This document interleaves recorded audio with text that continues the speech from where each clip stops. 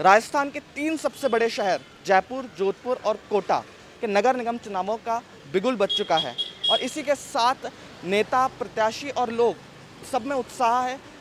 जो दावेदार हैं वो ताल ठोक रहे हैं। मंत्री, विधायकों और भाजपा, कांग्रेस दोनों के जो मुख्यालय हैं उन पे दावेदारों की बड़ी बड़ी कतारें लगी हुई हैं।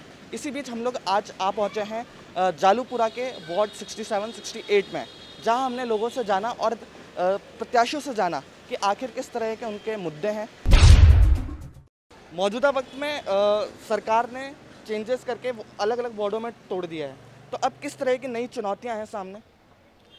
मैं समझता हूं कि छोटे वार्ड करके सरकार ने विकास के कार्य को प्रगति देने का काम किया है। जितना छोटा वार्ड होगा, पार्षद को उतना काम करने का अच्छा मौका मिलेगा। कम वक्त में क्योंकि निगम के पास कर्मचारियों की भी कमी है, छोटे वार्डों में कर्मचारी भी कम चाहिए और विकास का कार्य ज़्यादा गति से हो सकता है बनिस्बत बड़े वार्डों में।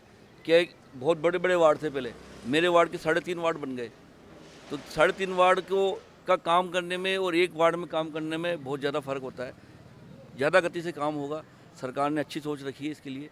इसी बीच हमारे साथ आरसीए के पूर्व उपाध्यक्ष और इस इलाके के राजनीतिक विशेषज्ञ हैं, जो आपको किस तरह के लगते हैं कि वार्ड पहले एक वार्ड हुआ करता था, अब उसको तोड़ के 3 वार्डों में तोड़ दिया गया है, तो किस तरह की चीज़ें बनी, समीकरण किस तरह के बदले हैं? समीकरण कोई नहीं बदला, वही वार्ड है, क्योंकि वार्ड छोटे कर दिए गए।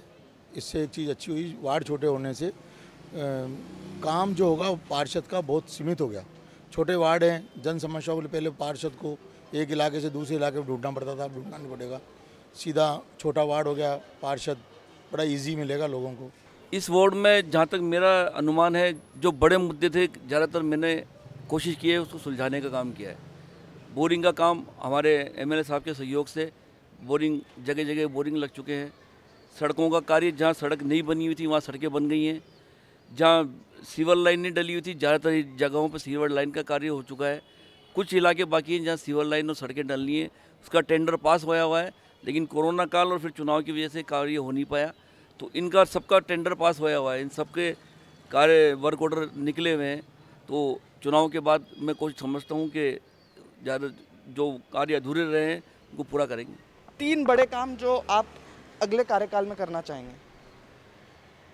जालूपुरा की मेन सड़क का निर्माण, चूँकि पिछले जब सड़क बनी थी उसमें मकानों का लेवल थोड़ा नीचे आ गया, थोड़ा ऊपर आ गया था। सड़क जो है मकानों के लेवल के ऊपर आ गई थी, तो कोशिश करेंगे कि उस सड़क को नीचे थोड़ा करवा करके और जो मेन रोड के मकान हैं उनको थोड़ी राहत मिल जाए और सड़क से उनका जो दायरा है थोड़ा नीचे आ जाए। ये सबसे बड़ा मेन काम तो ये है। दूसरा, हमीद नगर में सिविल लाइन का कार्य है, वहाँ सड़कों का कार्य है। पार्क एक तो हमने विकसित कर दिया, एक हमीद नगर में छोटा पार्क है, उसको विकसित करना है। पिछले 4-5 सालों में खूब जयपुर के अंदर स्मार्ट सिटी को लेकर बातें हुई हैं, तो किस तरह की चीज़ें आपको दिखाई दी स्मार्ट सिटी के तहत जयपुर के धरातल पर उतरती हुई? मैं समझता हूँ कि हमारी कांग्रेस सरकार उन्होंने बहुत अच्छा काम किया। क्षेत्र जो वार्ड के बड़े थे उनको सीमित कर दिए, कम कर दिए। इससे बहुत सी बात ये रही कि विकास बहुत अच्छा हो सकता है छोटी जगह में। और जहाँ हेरिटेज की बात करते हैं आप, तो ये है कि जयपुर शहर में जगह जगह हेरिटेज का काम किया जा रहा है, बहुत अच्छी सोच है। और हम भी हमारे इस आपके चैनल के माध्यम से मैं हमारी सरकार से, हमारे पार्षद साहब से मांग करता हूँ कि हमारे क्षेत्र में जैसे वार्ड नंबर 76 जालूपुरा में एंट्री जैसे करते हैं आप, एक कचरे का ढेर लगा हुआ है। इस कचरे के ढेर को अगर यहाँ शिफ्ट कर दिया जाए। मीर जी के बाग में पानी की समस्या का निराकरण करना है, सबसे बड़ी बात समस्या वहाँ पानी की है। वहाँ नया बोरिंग चालू करवा के और पानी की समस्या का निराकरण कराना है। सड़कों का कार्य वहाँ पे करवाना है। और भी जो बाकी रह गए नूरानी मस्जिद के एरिया में, वहाँ पे नई सड़क का निर्माण कराना है। परकोटे वाली गली में सीवर लाइन डलवानी है, सड़क का कार्य करवाना है। इस सब के टेंडर पास हुए हैं, वर्क ऑर्डर निकले हुए हैं, लेकिन किसी कोरोना काल की वजह से या कोई चुनाव की वजह से समझ लो कि कार्य हो नहीं पाए, जो चुनाव के जस्ट बाद हम इंशाल्लाह शुरू करवाएंगे। जो सैलानी जो बाहर से आते हैं वो पहले एंट्रेंस को कचरा नजर आता है उनको। तो आप बताइए, हम जयपुर शहर को एक हेरिटेज सिटी बनाना चाह रहे हैं और आज देखते हैं कि हमारे वार्ड के अंदर कचरे का ढेर लगा हुआ है। तो ये हेरिटेज के नाम से एक बहुत बड़ा धब्बा है। इस विकास के कार्य में तो कोई शक नहीं है कि विकास के कार्य खूब हो गए हैं।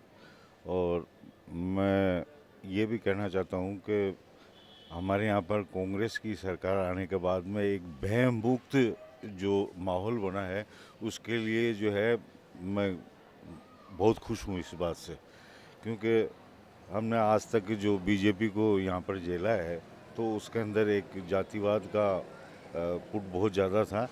जहाँ तक पार्षद का काम है तो यहाँ तो विकास इतना ज़्यादा बड़ा मुद्दा नहीं है। यहाँ पर विकास तो हो ही रहा है, कोई दिक्कत वाली बात नहीं है। इस इलाके में और बदलाव आ सकता है। कोरोना के वक्त में किस तरह की मुश्किलें लोगों को फेस करनी पड़ी, बहुत सारी चीज़ें बंद हो गई थी इस दौरान, तो किस तरह से उनको आप सहयोग करने के लिए आप कर सकते हैं?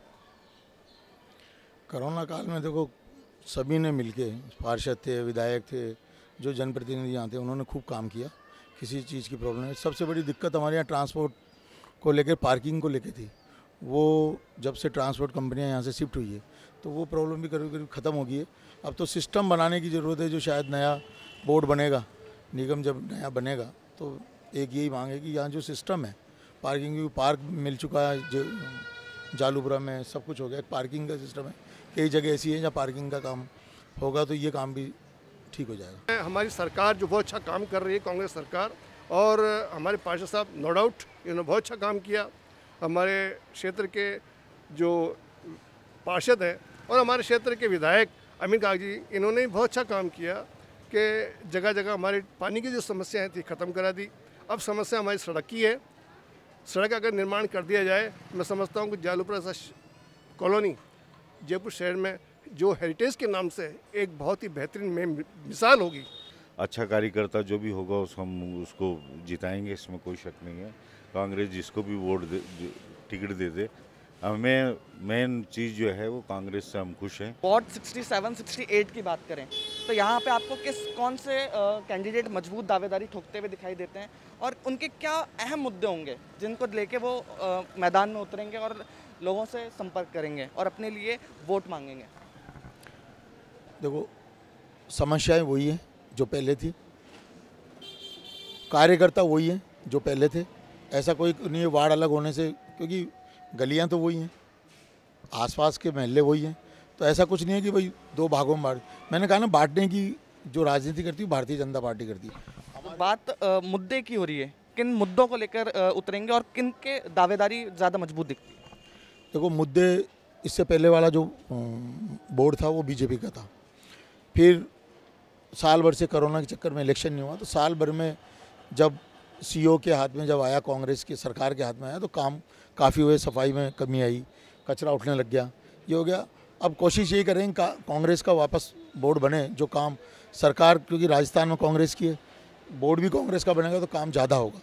बोर्ड अगर लोगों ने भटक के बोर्ड दे दिए इधर उधर, बीजेपी का बन गया तो कांग्रेस की सरकार है, बीजेपी का बोर्ड बनेगा, बीजेपी वाले कांग्रेस वालों से लड़ेंगे, झगड़ा करेंगे, काम नहीं होगा, और ये जो सफाई का कार्यक्रम जो चला भी कुछ दिनों से, वो वापस रुक जाएगा। लोगों का कहना है कि कुछ काम उनके हुए हैं और कुछ काम धरातल पे आने बाकी हैं, जिनके लिए वो दोबारा चाहेंगे कि उन्हें चुनें। मैं अनीश शेखर, वीडियो जर्नलिस्ट हेमंत शर्मा के साथ द फैक्ट इंडिया।